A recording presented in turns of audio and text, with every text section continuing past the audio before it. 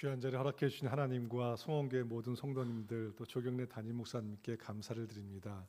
오늘 말씀을 통해서 하나님의 사랑과 그 마음이 함께 나누어지는 시간이 되기를 바랍니다. 6.25 동란이 한창이던 1952년도 겨울날의 일이었습니다. 당시 미군 병사들이 한국을 위해서 싸우러 와 있었는데 그 미군 병사들에게 복음을 전하기 위해서 미국에서 스완슨 목사님 분이 한국에 오셨다가 날마다 새벽마다 어떤 광경을 목격하셨냐면 길거리에 수북히 쌓인 쓰레기 더미들을 미군 군용 트럭이 실어가는 거였습니다. 이 스완슨 목사님에게 의아한 생각이 들었습니다. 지금 한국이라는 나라가 전쟁을 만나서 먹을 것도 부족한데 웬 겨울철에 쓰레기가 저렇게 많이 나오는가 하는 의아한 생각이 들어서 어느 날 새벽 미군 군용 트럭의 소리가 들릴 때에 그 쓰레기 더미 옆으로 한번 가보게 되었습니다. 근데 쓰레기 더미 옆에 가까이 다가갔을 때 그 쓰레기 더미 속에서 어린아이의 팔 하나가 툭 나와 있는 걸 보게 됩니다. 그래서 그 어린이를 살리기 위해서 이 스완슨 목사님께서 인부들에게 잠깐 멈추라고 한 다음에 그 쓰레기 더미를 여셨는데 충격으로 아무 말씀도 할 수 없었다고 합니다. 날마다 미군 군용 트럭에 실어갔던 그 쓰레기 더미는 쓰레기가 아니라 밤새 추위와 굶주림 속에 죽어갔던 한국 아이들의 시체였던 것입니다. 스완슨 목사님께서 그 광경을 목격하고 충격을 받으시고서 미국으로 건너가셔서 당시 한국 아이들이 구걸할 때 쓰던 그 녹슬고 찌그러진 그 깡통을 들고 미국의 교회 교회마다 다니시면서 지금 한국이란 나라가 전쟁을 만나서 수많은 어린이들이 추위와 굶주림 속에 죽어가고 있고 그 아이들의 시체가 쓰레기처럼 버려지고 있는데 누가 이 아이들을 살릴 수 있겠냐고 호소하기 시작했고요. 여러분 1952년도면은 미국 사람들은 한국이라는 나라 들어보지도 못했고 어디에 있는지도 모르는 그런 나라가 바로 우리 한국이었는데 그 한국의 어린이들 살리겠다고 해서 미국의 성도님들이 기금을 모으기 시작한 것이 바로 컴패션의 시작이 되었습니다. 컴패션이라고 하는 영어 단어는 영어의 두 단어가 합쳐진 말입니다. 먼저 앞에 있는 common, com은 영어의 접두사로서 함께라는 뜻을 가지고 있습니다. 뒤에 있는 passion이라고 하는 뜻은 고통, 아픔이라는 뜻을 가지고 있어서 이 함께라는 단어와 passion, 아픔과 고통이라는 단어가 합쳐져서 compassion이라고 하는 영어 단어의 뜻은 함께 아파하는 마음이라는 뜻입니다. 즉 내 이웃에 있는 누군가가 눈물을 흘리고 아파하고 고통스러워할 때 그 사람의 아픔과 눈물과 고통을 나의 것처럼 나의 아픔과 고통과 눈물처럼 내가 똑같이 느낀다는 영어 단어의 뜻이 컴패션이고요. 그래서 이 단어가 영어 성경 속에 굉장히 많이 나오고 있습니다. 우리말 성경에는 어떻게 번역되어 있냐면 하나님의 긍휼, 불쌍히 여기심으로 번역되어 있습니다. 즉 우리가 이 땅을 살아가면서 힘들고 고통스러워하고 어려울 때 눈물 흘릴 때 하늘에 계신 우리 아버지께서도 우리와 똑같이 아파하시고 고통스러워하신다는 그 단어의 뜻이 바로 컴패션입니다. 컴패션은 한국을 위해서 시작되었습니다. 그리고 41년 동안 10만 명 이상의 전쟁 고아들과 불우한 어린이들을 훌륭한 성인으로 잘 키워낸 다음에 1993년도에 이제 한국은 잘 살게 되었으니까 다른 어려운 나라의 어린이를 돕기 위해서 한국에서 철수했습니다. 그랬다가 10년 후인 2003년도에 컴패션이 다시 한국으로 들어왔는데 그때는 왜 들어왔느냐? 도움을 받던 나라에서 이제는 도움을 주는 후원국이 되어서 들어왔습니다. 지금까지 이 세상에 존재하는 그 어떤 나라 중에서도 도움을 받던 나라가 도움을 주는 후원국으로 바뀐 나라는 아직까지 한국이 유일하다고 합니다. 이것은 그만큼 우리 한국이 하나님의 은혜를 많이 입었다는 증거이고요. 하나님의 은혜를 입었다는 것은 다른 말로 하면은 은혜에 대한 빚을 지고 있다는 말씀이기도 합니다. 컴패션의 시작은 아주 작았습니다. 스완슨 목사님, 그 미국 목사님 한 분이 가졌던 컴패션의 마음, 추위와 굶주림 속에 죽어가는 한국의 그 어린이들을 보면서 그 아이들의 그 배고픔, 추위와 고통, 그 아이들의 눈물을 마치 자기 자신의 것처럼 자기 자신의 배고픔, 자기 자신의 추위, 고통과 아픔처럼 느꼈던 그 수완스 목사님, 그 한 분의 컴패션의 마음, 작은 마음으로 시작되었던 컴패션은 그분의 마음이 옆으로 퍼져나가면서 지금은 한국을 비롯해서 미국, 영국, 프랑스, 독일, 스위스, 이탈리아, 네덜란드, 뉴질랜드, 호주, 캐나다 이런 12개 나라가 힘을 합쳐서 전 세계 29개국에 있는 230만 명이 넘는 전 세계에서 가장 많은 어린이들을 양육하는 국제기구로 발전을 하게 되었습니다. 그러나 그 시작은 한 사람이 가졌던 작은 컴패션의 마음, 작은 마음으로 시작이 되었었는데, 그러나 그 작은 마음은, 작은 시작은 작은 결과로 끝나지 않는다는 것을 컴패션의 역사는 말해주고 있습니다. 바로 오늘 본문 말씀이 이런 작은 일의 가치에 대해서 우리에게 말씀해주고 있습니다. 예수님은 따르는 제자들에게 너희들 중 누구든지 작은 자 중 하나에게 냉수 한 그릇이라도 주는 자는 내가 진실로 너에게 말하노니 그 사람이 결단코 상을 잃지 않을 것이다. 이렇게 말씀을 하셨습니다. 여러분 잘 아시는 말씀이고요. 저도 많이 접했던 말씀이었는데, 그런데 사실 저는 이 말씀을 읽을 때마다 이 말씀의 의미가 제 마음에 그렇게 깊이 와닿질 않았습니다. 왜 그랬냐면요, 여러분 작은 아이에게 냉수 한 그릇, 물 한 그릇 주는 거 누구나 할 수 있는 작고 평범한 일입니다. 그리고 하고 나면 금방 잊어버릴 수 있는 그런 일입니다. 그런데 그런 사소한 일에 대해서 예수님께서 너무나 지나치게 강조하신 것이 아닌가, 이런 생각이 들어서 이 말씀이 이렇게 제 마음에 와닿질 않았습니다. 어떻게 예수님께서 강조하셨냐면요, 이런 강조화법을 쓰셨습니다. 진실로라고 하셨고요, 결단코라고 하셨고요, 상이란 단어를 쓰셨습니다. 너무 지나치게 예수님이 작은 일에 대해서 과장한 것이 아닌가 해서 제 마음에 이 말씀이 이렇게 와닿질 않았습니다. 그런데 지금으로부터 정확하게 11년 6개월 전에 제가 이 말씀의 의미를 깊게 깨닫게 된 사건 하나가 저에게 있었습니다. 저는 2014년 1월부터 컴패션에 조인해서 올해로 12년째 사역을 하고 있습니다. 제가 그 전에는 미국에 있는 그 뉴욕에서 담임 목사로 9년을 있었는데, 컴패션에서 통일 이후에 북한의 복음화를 위해서 한국교회가 준비하고 있는데 그 준비를 같이 하자는 제안을 받아서 제가 담임 목사직을 사임하고서 2013년 12월 달에 귀국을 했습니다. 근데 제가 귀국했는데 미국에서 배를 붙였던 제 이삿짐이 도착을 하지 않은 겁니다. 제가 거처도 없고 짐도 없어서 제가 미국에 가기 전에는 서울에 있는 소망교회에서 부목사로 있었기 때문에 소망교회에 좀 말씀을 드려서 제 짐이 올 때까지 한 2주 동안 소망교회 그 선교관 하나를 저에게 빌려주셨는데, 그곳에 제가 머물 때 일이었습니다. 제가 이제 외부에 나가서 일을 마치고서 그 선교관 교회가 있는 그 압구정 전철역에 내려서 전철 역사를 빠져나가고 있는데, 그 전철 역사 안에서 제가 소망교회에서 사역할 때 알았던 권사님 한 분과 우연히 마주치게 된 겁니다. 그 권사님 저를 보시더니 깜짝 놀라시면서 미국에 계신 줄 알았는데 한국에 어쩐 일이세요 물으시길래 제가 이제는 한국에 나와서 컴패션에서 사역하게 되었습니다 말씀을 드렸더니, 그 권사님께서 저에게 이런 말씀을 해주시는 거였습니다. 목사님, 제가 지난 10년 동안 하루도 빠지지 않고 날마다 목사님을 위해서 기도하고 있었어요. 근데 제가 그 말씀을 듣는데 제가 깜짝 놀랐습니다. 왜 놀랐냐면요, 그 권사님 저하고 그렇게 친했던 권사님 아니셨거든요. 여러분 아무리 친한 사이라고 할지라도 저는 그 이후에 미국으로 떠났는데 눈에 보이지 않는 그 누군가를 위해서 10년 동안 하루도 빠지지 않고 기도한다는 거, 이거 쉬운 일 아닙니다.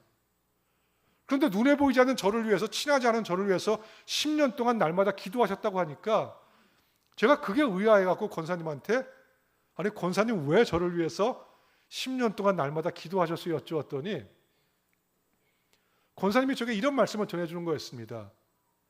목사님 한 10년 전쯤에 미국으로 떠나시기 전에 저희 구역에 와서 구역 예배를 함께 드렸는데 그때 모든 구역 기도의 기도 제목을 내놓으셨고요.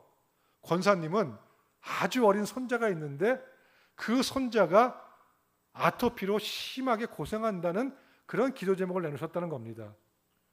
그리고 몇 달이 지난 후에 그 어린 손자의 손을 잡고서 사람들 많이 다니는 그 압구정 길 한복판을 걸어가고 있는데 그 길 한복판에서 저하고 우연히 마주치게 되었는데 그때 제가 그 권사님의 몇 달 전 기도 제목을 기억하고 사람들이 많이 다니는 그 길 한복판인 것도 아랑곳하지 않고 그 손자의 머리에 손을 얹고 기도해 주었고요. 그리고 그 이후에 손자의 아토피가 깨끗이 나아서 학교도 잘 다니면서 공부도 잘하고 있다는 말씀을 해주시면서 목사님께서 그 길 한복판에서 몇 달 전 자기의 기도 제목을 기억하고 손자의 머리에 손을 얹고 기도하는 바로 그 순간에 하나님께 약속을 했다는 겁니다. 하나님, 제가 이 목사님 위해서 하나님이 저를 부르시는 그날까지 날마다 기도하겠습니다. 그리고 그 약속을 10년 동안 지키고 계셨고요. 제가 그 이야기를 들은 지 지금 11년 6개월이 지났습니다. 얼마 전에도 그 권사님하고 통화했는데 지금 21년 6개월째 저를 위해서 날마다 기도해주고 계십니다. 그런데 저는 권사님의 그 이야기를 듣는 그 순간에 제가 너무너무 부끄러웠습니다. 왜 제가 부끄러웠냐면요. 저는 권사님이 그런 기도 제목을 내놓은 사실조차도 기억이 나지 않았고요. 그 손자의 머리에 손을 얹고 기도해 준 사실조차도 생각이 나지 않았기 때문입니다. 왜냐하면 저는 그 이후에도 또 여러 가지 기도의 제목들이 저에게 들어오게 되었고 또 사역을 하면서 사역 속에 시간이 지나면서 그 권사님의 그 기도 제목과 그 사건은 저의 기억 속에서 잊혀져 갔던, 어떻게 보면 저에게는 작은 일처럼 여겨졌던 일이었는데, 그런데 그 권사님에게는 그 일이 결코 작은 일이 아닌 평생 잊을 수 없는 너무도 크고 감사한 일로 기억되고 있었다는 것입니다. 오늘 주님께서 본문에서 바로 이 사실에 대해서 말씀하고 계십니다. 사람도 작은 일을 이렇게 기억해 주는데 하늘에 계신 너희 아버지께서는 그의 자녀들에게 행한 일에 대해서, 작은 아이에게 냉수함으로 준 일을 할지라도 하나님은 그의 자녀들에게 행한 일에 대해서 결코 잊지 않으신다는 것입니다. 너희들은 작은 아이에게 냉수함으로 주었다고 해서 그 일을 작은 일로 여기고 쉽게 잊어버릴 수 있을지 모르겠지만 나는 내 사랑하는 자녀에게 너희가 준 그 냉수 한 그릇의 고마움을 잊을 수가 없단다. 그래서 내가 진실로 너에게 말하노니 그 사람이 결단코 상을 잃지 않을 것이다. 이렇게 약속의 말씀을 하신 것입니다. 우리가 인생을 살아가면서 그 누군가에게 준 물 한 그릇이, 따뜻한 말 한마디가, 기도 한 번이 그 누군가에게는 평생 잊을 수 없는 고마움과 은혜로 기억될 수 있습니다.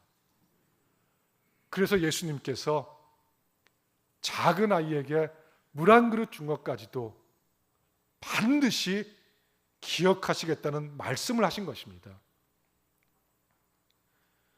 우리가 살고 있는 이 세상에는요, 그 누군가의 도움을 간절히 필요로 하고 있는 극심한 가난 속에 살고 있는 사람들이 너무도 많이 있습니다. 유엔의 보고에 의하면은 전 세계 인구 중에서 12억만 명이 하루에 1불 25센트 이하로 살아가는, 즉 하루에 한 끼를 제대로 먹지 못하는 절대적인 빈곤 속에 살고 있다고 이야기했습니다.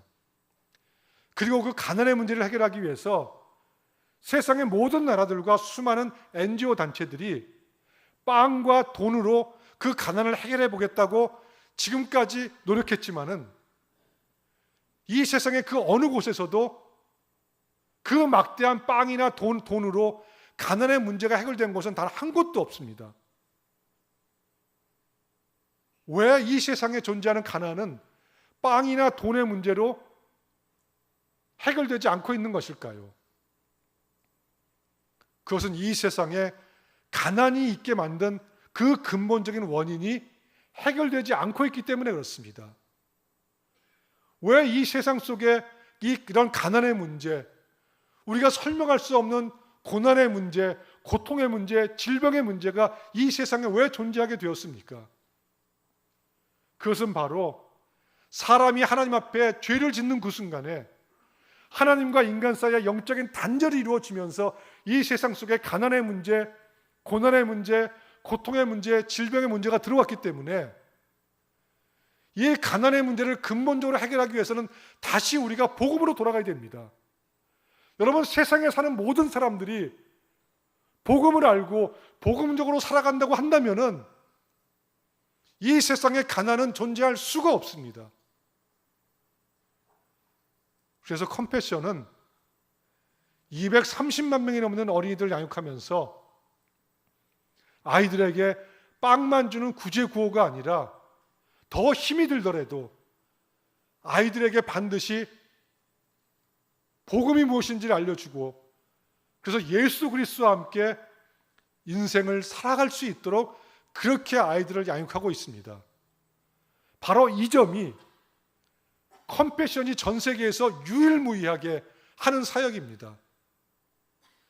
제가 지금까지 컴패션에서 사역을 하면서 1000분이 넘는 담임 목사님을 만나 배웠고요, 많은 분들을 만나 배웠는데 거의 대부분의 분들이 컴패션을 어떻게 생각하시냐면, 여러분이 잘 알고 있는 많은 국제 NGO들 있지 않습니까? 우리나라에도 많이 있는데 그런 기관들과 비슷한 일을 비슷하게 하는 또 하나의 기관이다, 이 정도로만 컴패션을 알고 계십니다. 그런데 컴패션은요 완전히 다른 단체입니다. 무엇이 그럼 컴패션은 완전히 다르냐? 컴패션은 230만 명이 넘는 그 수많은 어린이들을 양육할 때에 한 명의 어린이도 예외 없이 29개국 수혜국에 있는 8,700개가 넘는 현지 교회를 통해서만 사역하고 어린이들을 양육하는 전 세계에서 유일한 단체입니다. 제가 이런 이야기를 11년 이상 했는데 한 분으로부터도 반박받아보지 못했습니다. 그러면 어떻게 컴패션은 교회를 통해서 어린이들을 양육하고 있느냐? 사실 여러분, 수혜국에 있는 현지 교회들도 다 가난하기 때문에 어린이들을 양육할 수 있는 재정이 없습니다. 그래서 컴패션은 현재 있는 교회가 그 가난 속에 있는 어린이들을 양육할 수 있도록 어린이 센터를 먼저 열도록 한 다음에 그 어린이 센터에 수백 명의 가난 속에 있는 아이들이 등록이 되면은 한국을 비롯한 12개 후원국에서 그 어린이들을 후원자들이 1대1로 후원을 하게 됩니다. 그러면 그 후원금이 그 아이가 있는, 내가 후원하는 그 아이가 있는 교회로 전달이 됩니다. 그러면 그 재정을 가지고서 후원금을 가지고 이제 어린이들을 양육하는데, 후원금을 가지고 교회가 첫 번째 하는 일이 무엇이냐면 먼저 아이들 학교 갈 수 있도록 다 해줍니다. 제가 많은 현장을 다니면서 보았던 사실 중에 하나가 무엇이냐면, 수많은 어린이들이 학용품 살 돈이 없어서 학교를 가지 못하고 있고요, 학교를 가지 못하기 때문에 가난을 계속해서 대물림하면서 살아갈 수밖에 없는 그런 악순환적인 구조 속에 살아가고 있습니다. 그래서 그 어린이의 후원금이 교회로 전달되면은 학용품, 교복 다 학교 갈 수 있게 갖춰줘서 학교 가서 공부할 수 있게 하고, 그리고 아이가 학교에서 돌아오게 되면은 교회 어린이센터에서 무엇을 하냐면 전인적 양육을 합니다. 여러분, 세상에서도 사람들을 전인적 교육한다고 하지만 세상의 전인적 교육은 가장 중요한 영적인 교육, 하나님에 대한 교육이 빠져있는 인본주의 교육입니다. 그런데 현지에서 교회에서 하는 전인적 양육은 성경 누가복음 2장 52절에서 나왔습니다. 예수는 지혜와 키가 자라며 하나님과 사람에게 더욱 사랑스러워 가시더라. 이 구절을 보시면 예수님 자라가신 네 가지 모습, 지혜, 키, 하나님, 사람이 나오는데요. 하나님이 예수님을 통해서 우리 사람도 이렇게 잘해야 되는 걸 보여주셨기 때문에 컴패션은 이 네 가지 항목을, 지혜는 지적인 영역, 키는 신체적인 영역, 하나님은 영적인 영역, 사람은 사회 정서적인 영역을 구분해서 이 네 가지 영역에 교재가 있습니다. 그 교재를 컴패션은 연령별로 다 29개국 현지 언어로 다 바꾸고 그 나라 어린이들 문화와 수준에 맞게끔 다 현지화시켜서 8,700개가 넘는 현지 교회에다가 이 교재를 다 공급하고요. 또 컴패션이 하는 일은 무엇이냐면 그 어린이 센터를 저희가 직원들이 운영하지 않습니다. 만약에 여러분 8,700개 어린이 센터를 앞으로 더 늘어날 텐데 저희가 직원을 채용해서 운영한다고 하면 인건비가 어마어마하게 듭니다. 그 인건비는 어린이들 후원금에서 나가게 됩니다. 저희 컴패션은 교회가 교회 스스로 어린이 센터를 운영할 수 있도록 컴패션의 전문 인력들이 교사 교육을 철저히 시키고 센터장 교육을 시키고 행정교육, 재정적인 교육을 다 시키고 모든 시스템을 교회에다가 다 깔아들여서 100% 교회 힘으로 어린이 센터를 운영할 수 있도록 하고 있습니다. 거기서 훈련받은 교사들이 이제 학교에서 돌아오는 아이들에게 전인적인 양육을 시키는데 특별히 영적인 영역을 통해서 아이들이 예수님에 대해서 알게 되고요. 복음을 알게 되면서 스스로의 선택에 의해서 주일날 교회를 갑니다. 이런 결과로 어떤 결과가 나타났느냐? 매년 조사해 보니까 매년입니다. 매년 14만 명 이상의 어린이들이 예수님을 처음으로 구주로 영접하는 일들이 매년 일어나고 있습니다. 만약에 다른 NGO들처럼 저희 컴패션이 직접 사역했다면 이런 일이 일어날 수 없는데 복음을 갖고 있는 교회를 통해서 양육했더니 이런 일들이 일어나고 있고요. 이걸로만 끝나는 것이 아니라 그 구원받은 아이가 있는 그 가정도 다 복음화되어서 현지에 가면 목사님들이 뭐라 그러시냐면 이렇게 어린이 센터를 시작한 다음부터 교회가 3배 이상 부흥하면서 지역사회를 복음화하면서 예수님의 지상명령이 성취하고 있다고 그렇게 이야기를 하고 있습니다. 제가 또 많은 센터를 다니면서 놀랐던 건 무엇이냐면 그 수많은 어린이 센터에 컴패션 간판 이름 하나도 못 보았습니다. 모든 어린이 센터가 컴패션 어린이 센터가 아니라 그 교회 이름으로 무슨 교회 어린이 센터로 운영이 되고 있었습니다. 다른 기관들은 그 기관의 이름을 내걸고 플랜카드를 걸고서 사역을 하고 있는데 왜 컴패션은 컴패션의 이름을 드러내지 않고 교회의 이름을 드러내면서 사역을 하고 있느냐? 이유는 단 하나입니다. 복음이 전파되는 데에는 저희 컴패션의 이름이 드러나는 것이 도움이 되는 것이 아니라 복음을 갖고 있는 교회의 이름이 드러날 때 복음이 잘 전파될 수 있기 때문에 컴패션은 그렇게 사역을 하고 있습니다.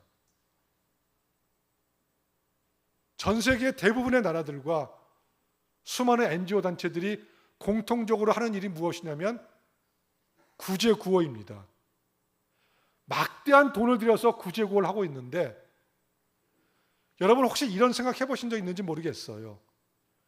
그렇게 막대한 돈을 들여서 구제구호를 그렇게 많이 하고 있는데 그 구제구호를 받는 그 사람의 영혼이 구원받지 못한다고 한다면 그 엄청난 구제구호가 그 사람에게 무슨 의미가 있을까요? 아무 의미도 없습니다. 별 의미 없습니다. 잠깐 동안의 배고픔을 해소시켜준 것 외에는, 잠깐 동안 생명을 연장시켜준 것 외에는 별 의미가 없습니다.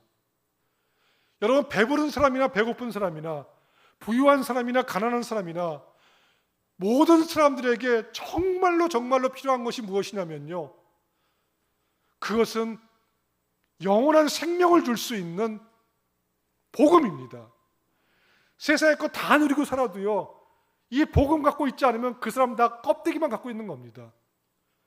이 복음을 갖고 있는 곳은 교회밖에는 없습니다. 컴패션이 한 명의 어린이도 예외 없이 모든 어린이들을 교회를 통해서만 양육하는 이유가 바로 여기에 있고요. 이렇게 교회를 통해서 양육했더니 양육받고 어른이 되었을 때 그 결과가 다른 곳에서 양육한 결과와는 비교할 수 없을 정도로 그런 결과를 내보이고 있습니다. 그 어린이 하나 한 명 한 명, 만약에 그 누군가 그 어린이를 후원해 주지 않았으면은 그냥 가난하게 살다가 자기 자식에게도 가난을 대물림하고 무의미하게 인생을 끝마칠 수밖에 없었던 그 안 하나의 인생이 누군가 그 아이의 손을 잡아줌을 통해서, 교회를 통해서 양육받게 됨을 통해서 그 아이들이 다 변화되어서요, 2012년도에는 우간다에서 최연소 상원의원으로 나왔고요, 현재 가면 목사님이 되고 선생님이 되고 의사가 되고 변호사가 되고 직장인이 되어서 그 사람들이 다시 자기 나라의 어린이들 후원하면서 또 교회를 섬기면서 하나님 나라를 위해서 살아가고 있는 그런 사람들로 다 변화되었다는 것입니다. 오늘 여러분들께서 손잡아 주시게 될 바로 그 어린이의 인생도 이렇게 180도 바뀌게 될 것입니다. 아마 여러분 세상을 사시면서 하나님이 계신데 세상은 왜 이렇게 불공평할까? 이런 고민 해보신 적 있을 겁니다. 하나님 계시면요, 불의하고 악하게 사는 사람들은 다 망해야 되고요, 하나님 말씀대로 진실되게 정직하게 사는 사람들은 잘 돼야 되는데, 여러분 세상 보면 꼭 그렇지 않잖아요. 악하고 불의하게 사는 사람들이 형통한 모습을 우리 보고 있고요, 정말 하나님 말씀대로 진실되게 정직하게 사는 사람들이 손해보는 모습 우리 많이 보고 있습니다. 저희 컴패션의 후원자이기도 하시고 홍보대사이신, 여러분도 잘 아시는 전 국가대표 축구선수였던 이영표 집사님, 저희 컴패션의 후원자이시고 홍보대사이신데, 이영표 집사님도 똑같은 고민을 하셨다는 겁니다. 새 아이 앞에 3개의 빵이 있으면 새 아이가 그 빵을 하나씩 나누어 갖는 것이 공평인데, 이영표 집사님이 세상을 보니까 가진 자는 점점 더 많이 갖게 되고 없는 자는 점점 더 없이 살아가는 세상을 보면서 하나님 계신데 세상은 왜 이렇게 불공평할까? 이런 고민을 하셨다는 겁니다. 그런데 2013년도에 저희 한국 컴패션 10주년을 맞이해서 그 동안의 이야기를 책으로 담은 것이 고맙다라는 제목으로 출간이 되었습니다. 그 책 속에서 이영표 집사님께서 이렇게 이야기하고 있는데 제가 그대로 인용을 하겠습니다. 나는 3개의 빵이 있으면 새 아이가 하나씩 나누어 갖는 것이 공평이라고 생각했습니다. 그런데 하나님은 한 아이에게 빵 3개를 주시면서 나누어라, 곧 사랑하라고 말씀하셨습니다. 그 순간 저는 하나님께서 불공평하셔서가 아니라 내가 나누지 않음으로 세상이 불공평해졌다는 사실을 깨달았습니다. 세 사람이 한 개씩 나누어 가져야 할 빵 3개를 한 사람이 다 갖고 있어서 이 세상이 불공평해진 것이 아니라 그 빵 3개를 갖고 있는 그 사람이 자기에게 필요 없는 나머지의 빵을, 그 빵을 간절히 필요로 하는 다른 사람들에게 나누지 않았기 때문에 이 세상이 불공평해졌다는 사실입니다.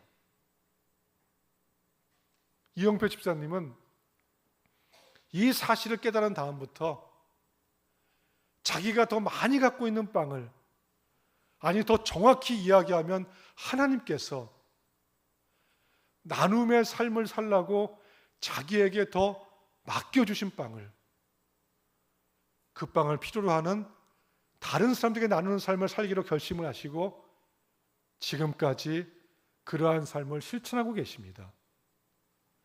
이러한 삶을 살아가고 있는 한 가정의 이야기를 하고서 오늘 말씀을 마치겠습니다. 연예인 부부 중에서 여러분 잘 아시는 가수 션 씨 있죠. 진우션 션 씨 기부 많이 하시잖아요. 그 션 씨와 그분의 부인이 탤런트 정혜영 씨인데 저희 컴패션의 후원자이기도 하시고 또 홍보 대사이기도 하십니다. 이 두 분이 아이를 좋아해서 아이를 4명을 낳았습니다. 그리고 아이의 첫 번째 생일인 돌이 돌아올 때마다 돌잔치를 하지 않고 그 돌잔치 비용을 도움이 필요한 곳에 그 아이의 이름으로 기부를 하셨습니다. 2011년도에 막내로 딸 하엘이 태어났습니다.